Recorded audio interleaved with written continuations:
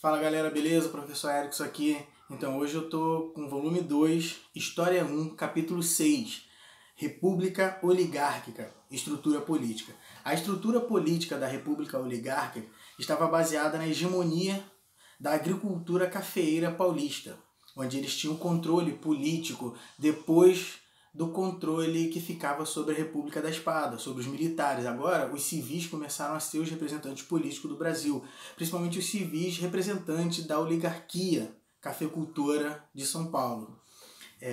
A República Oligárquica ela tinha como controle dessa política o coronelismo. Esse coronelismo era baseado na política dos governadores, ou seja, existia o presidente.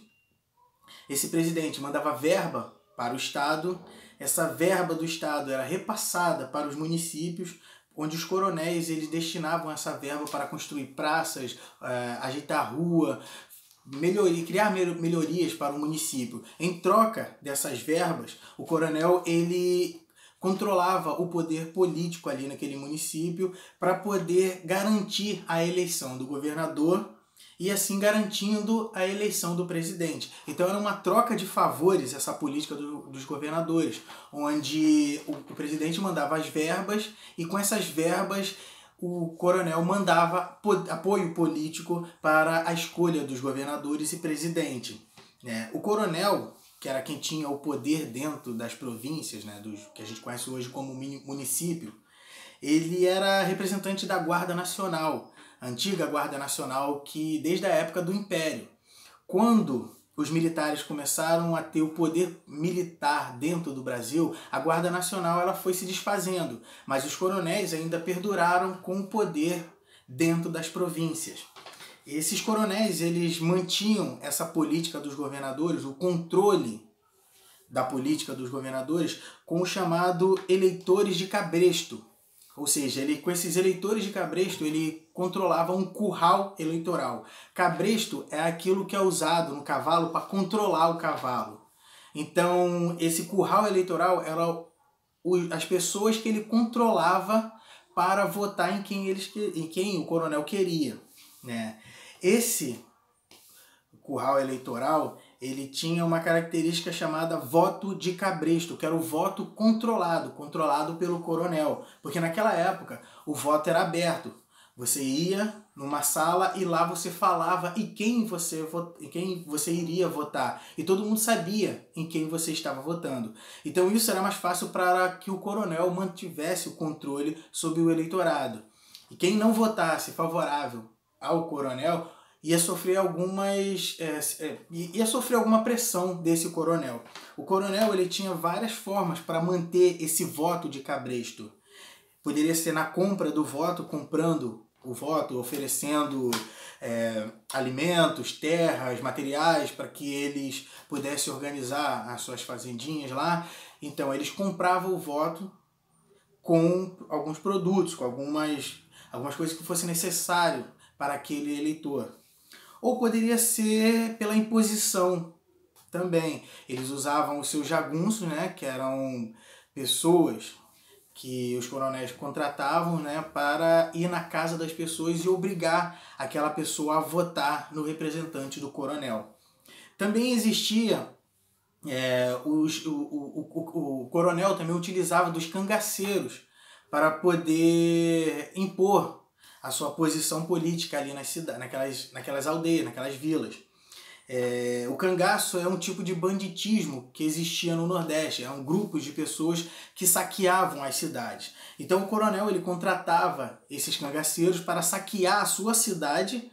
Aí o cangaceiro ia lá, roubava, saqueava aquela cidade e ia embora. Aí o coronel vinha e falava, aí, viu? Se vocês não tiverem a minha proteção, os cangaceiros vão vir aqui e vão roubar. Então vocês vão ter que ter o meu apoio aqui para auxiliar vocês. E assim ele conseguia os votos referentes àquela proposta de eleger os representantes que eram favoráveis a esses coronéis.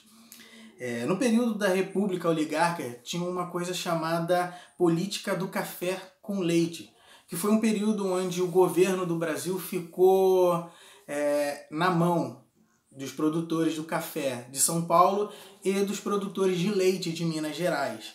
Beleza? O primeiro presidente civil, o primeiro presidente da República Oligárquica foi Prudentes de Moraes, né? Ele era paulista, ele criou medidas para alavancar a indústria brasileira. E isso não agradava muito os produtores de café, que não viam nenhum ganho dentro desse processo de industrialização do Brasil, logo que eles tinham como principal fonte econômica a produção do café, a venda do café, a exportação do café.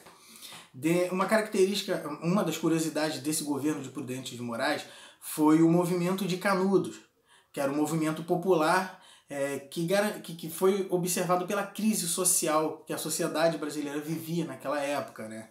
E a gente vai estudar isso mais para frente, né? Esse movimento popular que é conhecido como Guerra de Canudos. O segundo presidente do Brasil também foi paulista, né? Foi Campos Salles. Ele garantiu o domínio das oligarquias paulistas na política brasileira. Uma das características do seu governo foi o chamado Fundilão, que era o saneamento de todas as finanças brasileiras daquela época, né? O terceiro presidente do Brasil foi Rodrigues Alves, também paulista, né?